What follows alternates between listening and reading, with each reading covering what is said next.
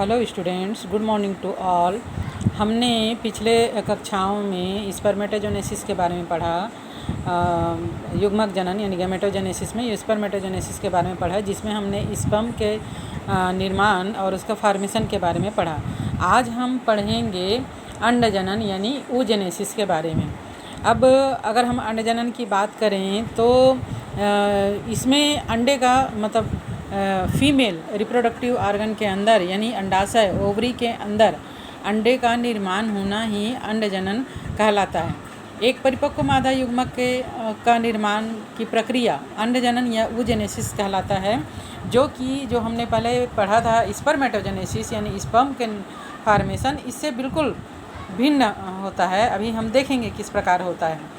अब अगर हम अंड जनन की बात करें तो इसकी जो शुरुआत है वो भ्रूणी परिवर्धन चरण के दौरान ही शुरू हो जाता है, जिसमें कई मिलियन मातृ युग्मक कोशिकाएं यानी अंड जननी यूगोनिया प्रत्येक भ्रूणी अंडाशय के अंदर विनिर्मित हो जाता है। यानी भ्रूण से जब शिशु का निर्माण होता है और सेक्स डिटर्मिनेशन हो जाता है, तब मेल में वृषण का निर्माण और फीमेल में अंडाशय का निर्माण हो जाता है। उसी समय वृषण में जो नलिकाएं होती हैं, वृषण नलिकाएं होती हैं, उनकी कोशिकाएं डिवाइड होकर कोशिकाओं का निर्माण करती है, और अंडाशय की जो भित्ति होती है उसमें भी कोशिकाएं जो हैं, जो कि oogoनियम कहलाती है, ये इनका निर्माण होना शुरू हो जाता है, लेकिन अभी इसमें वृद्धि नहीं होती है। इन कोशिकाओं में विभाजन उसी समय शुरू हो जाता है, और ये जो विभाजन है अर्धसूत्री विभाजन होता है। लेकिन अर्धसूत्री विभाजन में भी अर्धसूत्री विभाजन हम जानते हैं कि 2 बार होता है। तो जो प्रथम अर्धसूत्री विभाजन है, इसके प्रोफेज फर्स्ट में ही ये निर्माण जो है वो आगे नहीं होता, यहीं तक होता है, इसके आगे निर्माण नहीं होता, ये यहीं पर रुका हुआ रहता है। जब प्रोफेज फर्स्ट से अर्धसूत्री विभाजन के द्वारा कोशिकाएं डिवाइड होती है और जो कोशिकाएं बनती हैं, पुटक बनती है, इनको प्राथमिक अंडक या प्राइमरी oocyte कहा जाता है। जैसे यहाँ पर हम देख रहे हैं, यहाँ पर कुछ ही अंडकों के बारे में प्राथमिक oocytes का चित्र दिया हुआ है। ऐसे पूरे प्राथमिक पुटकों के द्वारा पूरा अंडाशय जो है वो भरा हुआ रहता है, क्योंकि ये विभाजन पहले से ही भ्रूणी परिवर्धन के समय जब शिशु का निर्माण होते रहता है, तभी ये अर्धसूत्री विभाजन का फर्स्ट प्रोफेज अवस्था में आकर ये रुक जाते हैं और ये विभाजन होता है। तो इस प्रकार इनको प्राथमिक oocyte कहा जाता है। इसके बाद प्राथमिक जो oocyte होता है, ये कणिका में ग्रैन्युलस कोशिकाओं की परत, ये देख रहे हैं हम चारों तरफ ग्रैन्युलर कोशिकाओं की एक परत बन गई है, ये परत से आवृत हो जाता है। जब ये प्राथमिक oocyte जो है इन ग्रैन्युलर कोशिकाओं से आवृत हो जाता है, तब हम इसको कहते हैं प्राथमिक पुटक, प्राइमरी फॉलिकल। एक प्रक्रिया के द्वारा इन पुटकों की भारी मात्रा में जन्म से यौनारंभ तक नाश होते रहता है। भ्रूणी अवस्था से इसका अर्धसूत्री विभाजन शुरू हो जाता है, जिससे पूरा अंडाशय इन पुटकों से भर जाता है, लेकिन यौनावस्था तक इसका डिग्रेडेशन चलते रहता है। और जब यौनावस्था प्रारंभ होता है, तब केवल 60,000 से 80,000 प्राथमिक पुटक ही अंडाशय में शेष बचे रहते हैं। ये प्राथमिक पुटक कणिका में कोशिकाओं के और अधिक परतों से, यहाँ पर हम देख रहे हैं, जब यौनावस्था प्रारंभ हो जाता है तो जितने प्राथमिक पुटक बचे रहते हैं, ये दूसरी परत, यहाँ पर ग्रैन्युलर परत से और ज़्यादा थिक हो जाते हैं, तब इनको सेकेंडरी पुटक कहा जाता है, द्वितीयक पुटक कहा जाता है, सेकेंडरी फॉलिकल कहा जाता है। ये जो है वो सेकेंडरी फॉलिकल, ठीक है। अब ये जो सेकेंडरी फॉलिकल है वो जल्द ही फिर से ग्रैन्युलर कोशिकाओं के एक लेयर से घिर जाता है, और इसका जो बीच का भाग होता है इसमें गुहा होता है जिसमें द्रव भरा होता है। तब ये तृतीयक पुटक का निर्माण कर देता है। इस समय में ये जो तृतीयक पुटक है, टर्सरी फॉलिकल है, इसमें जो गुहा दिख रहा है इसको गह्वर या एंट्रम कहा जाता है। ये इसका विशिष्ट लक्षण है। अब इसका जो थीका लेयर है ना, यहाँ पर जो कोशिकाओं का जुड़ा हुआ है, इसमें अंदर का भाग जो है वो थीका इंटरना और बाहर का जो भाग है थीका एक्सटर्ना कहलाता है। यहाँ पर ये जो दिख रहा है वो अंडक है, एग है, जो सबसे पहले अर्धसूत्री विभाजन के द्वारा बना था और प्रोफेज फर्स्ट अवस्था में रुका हुआ है। तो इसके चारों ओर भी थीका एक्सटर्ना और थीका इंटरना का लेयर जो है वो स्थापित हो जाता है। अब यहाँ पर जो तृतीयक पुटक का प्राथमिक अंडक है, इसके आकार में असमान वृद्धि होती है और इसका प्रथम अर्धसूत्री विभाजन पूरा हो जाता है।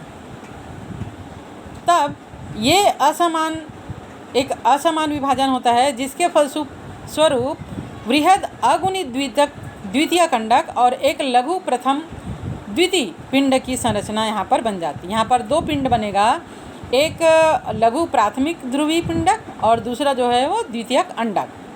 ठीक है, लघु प्रथम ध्रुवीय पिंडक का आकार छोटा और द्वितीयक अंडक का आकार जो है वो बड़ा होता है। तब प्रथम लघु ध्रुवीय पिंडक जो है वो पोषण का काम करता है द्वितीय अंडक के लिए। ठीक है, अब ये जो तृतीयक पुटक है आगे चलकर परिपक्व हो जाता है और इसमें ग्राफी जो पुटक होता है वो डेवलप हो जाता है, तब इसको ग्राफियन फॉलिकल कहते हैं। यहाँ पर देख रहे हैं हम द्वितीयक अंडक के चारों ओर ग्राफिक पुटक का निर्माण हो जाता है। ये पहले से बना हुआ है। प्राथमिक जो ध्रुवीय पिंडक है वो इसके पोषण के लिए काम आता है और ये जो है परिपक्व हो जाता है, इसके चारों ओर ग्राफियन फॉलिकल निर्मित हो जाता है। द्वितीय कंडक अपने चारों ओर नई झिल्ली का निर्माण कर लेता है, जिसको पारदर्शी अंडावरण या जोना पेलस्यूडा कहा जाता है। अब ग्राफी पुटक फट जाता है। ये जो ग्राफी पुटक है वो क्या हो जाता है, जब द्वितीय कंडक परिपक्व हो जाता है तो ये फट जाता है और ये जो एग है, अंडाणु है, वो अंडाणु से मुक्त हो जाता है। तब इस प्रक्रिया को अंडोत्सर्ग या ओव्यूलेशन कहा जाता है। अब अगर हम अंडाणु जनन और शुक्राणु जनन, स्पर्मेटोगोनेसिस और ओगोनेसिस के बारे में बात करें तो पहले इसका एक आरेख चित्र देखते हैं oogenesis का। ये दिख रहा है। ठीक है, यहाँ पर क्या हुआ है, सबसे पहले अंडाशय की जो कोशिकाएं हैं वो डिवाइड होती है और इसके फलस्वरूप जो है वो oogonia का निर्माण होता है ना। इसके बाद इसमें अर्धसूत्री विभाजन होता है और अर्धसूत्री विभाजन के फलस्वरूप प्रथम अवस्था में ये प्रोफेज अवस्था में रह जाते हैं। तब ऐसी बहुत सारी कोशिकाओं का निर्माण होता है जिससे पूरा अंडाशय भरा हुआ रहता है। अब ये जो प्राथमिक अंडक है, ये जो है क्या कहलाते हैं, जो प्रोफेज फर्स्ट अवस्था में रुके प्राथमिक अंडक कहलाते हैं। प्राथमिक अंडक में फिर पहला अंडक अर्धसूत्री विभाजन होता है, अंडोत्सर्ग के पूर्व जो है वो समाप्त होता है। तो इसमें जो ग्राफी पुटक के अंदर अंडक था, इसमें असमान विभाजन होता है। यहाँ तक की अवस्था प्रोफेज की अवस्था है। अब यहाँ पर क्या होता है, विभाजन तृतीयक पुटक के अंदर होता है। तब दो प्रकार की कोशिकाएं बनती है, एक द्वितीय अंडक बड़े आकार का और एक प्रथम ध्रुवीय पिंडक। ठीक है, यहाँ पर जो क्रोमोसोम्स की संख्या होती है वो कितनी होगी, n होगी। यहाँ तक कि जो है पहले जब अंडाशय का निर्माण होते रहता है और कोशिकाओं का निर्माण होते रहता है तो ये 2n होता है ना, यहाँ तक। फिर जब अर्धसूत्री विभाजन हो रहा है तो ये यहाँ पर ये प्रोफेज अवस्था में रुक गया। यहाँ पर इसमें जो क्रोमोसोम्स की संख्या है वो हो जाएगी अगुणित यानी n, अर्धसूत्री विभाजन। यही जो है वो ग्राफी पुटक के रूप में परिवर्तित होता है और फिर इसमें असमान विभाजन होता है, यानी अर्धसूत्री विभाजन का आगे का चरण होता है, जिससे एक बड़ा पिंडक बनता है, द्वितीयक पिंडक बनता है और एक छोटा ध्रुवीय पिंडक बनता है। ठीक है, ये पहला हो गया है ना। प्रथम ध्रुवीय पिंडक क्या होता है कि द्वितीय पिंडक के ये पोषण का काम आता है और इसमें फिर से अर्धसूत्री विभाजन का सेकंड फेज होता है, जिससे एक बड़ा पुनः द्वितीय अंडक और दूसरा द्वितीय ध्रुवीय पिंडक बनता है। ये सभी ध्रुवीय पिंडक जितने भी हैं वो द्वितीय अंडक या अंडाणु के पोषण में काम आते हैं। इस प्रकार इसमें अर्धसूत्री विभाजन कंप्लीट हो जाता है। फिर से समझ लो, यहाँ पर कोशिका जो है वो अंडाशय में बनना प्रारंभ हुआ, भ्रूणीय अवस्था में समसूत्री विभाजन के द्वारा कई कोशिकाएं इसमें निर्मित होती है। तब यहाँ पर क्रोमोसोम्स की संख्या होती है द्विगुणित यानी 2n।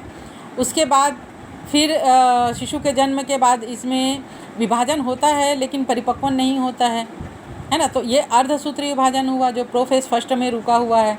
अब यहाँ पर अर्धसूत्रीय विभाजन का फर्स्ट अवस्था पूरा हुआ तो यहाँ क्रोमोसोम्स की संख्या हो गई n। इसके चारों ओर ग्राफी पुटक बन जाता है। ग्राफी पुटक बनने के बाद इसमें विभाजन की क्रिया होती है, आगे बढ़ता है। प्रोफेज फर्स्ट जो रुका हुआ है वो आगे बढ़ता है, प्रोफेज से मेटाफेज एनाफेज बढ़ता है ना। तब इस समय दो कोशिका बनी, एक बड़ी और एक छोटी। बड़ी कोशिका प्रथम ध्रुवीय पिंडक और जो बड़ी कोशिका है वो द्वितीय पिंडक। छोटा कोशिका प्रथम ध्रुवीय पिंडक और बड़ी कोशिका द्वितीय अंडक का निर्माण की। ये अर्धसूत्रीय विभाजन का फर्स्ट फेज शुरू हुआ। यहाँ पर क्रोमोसोम्स की संख्या हुई n। अब अर्धसूत्रीय विभाजन का द्वितीय चरण पूरा होगा, जिसमें पुनः यह जो द्वितीय अंडक है वो विभाजित होकर द्वितीय ध्रुवीय पिंडक और एक बड़ा अंडाणु का निर्माण कर देता है। ठीक है, यहाँ पर दोनों में क्रोमोसोम्स की संख्या हो गई अगुणित यानी n। और यही अंडाणु जो है जब परिपक्व हो जाता है तब ग्राफी पुटक फट जाता है और अंडाणु बाहर आ जाता है। इस प्रकार अगर हम दोनों को कंपेयर करें तो यहाँ पर हम देख रहे हैं शुक्राणु जनन के जो अर्धसूत्रीय विभाजन है वो कंटिन्यू होता है। मीन्स इसमें दोनों प्रकार की जो कोशिकाएं हैं वो समान होती है। और एक कोशिका से अर्धसूत्रीय विभाजन के फलस्वरूप 4 समान कोशिकाएं बनती हैं, जिनमें अगुणित क्रोमोसोम होता है, कुछ में X वाला और कुछ में Y वाला। जबकि यहाँ पर अंड जनन में 2 असमान कोशिकाएं बनती हैं। अर्धसूत्रीय विभाजन के प्रोफेज फर्स्ट अवस्था के बाद ये रुका रहता है और आगे चलकर युवावस्था में जब विभाजन कंप्लीट होता है, प्रोफेज के बाद मेटाफेज एनाफेज इत्यादि विभाजन होता है, तो 2 असमान केंद्रक का निर्माण होता है, अंडक का निर्माण होता है। और सभी जो है वो अगुणित यानी X क्रोमोसोम्स वाले होते हैं। ठीक है।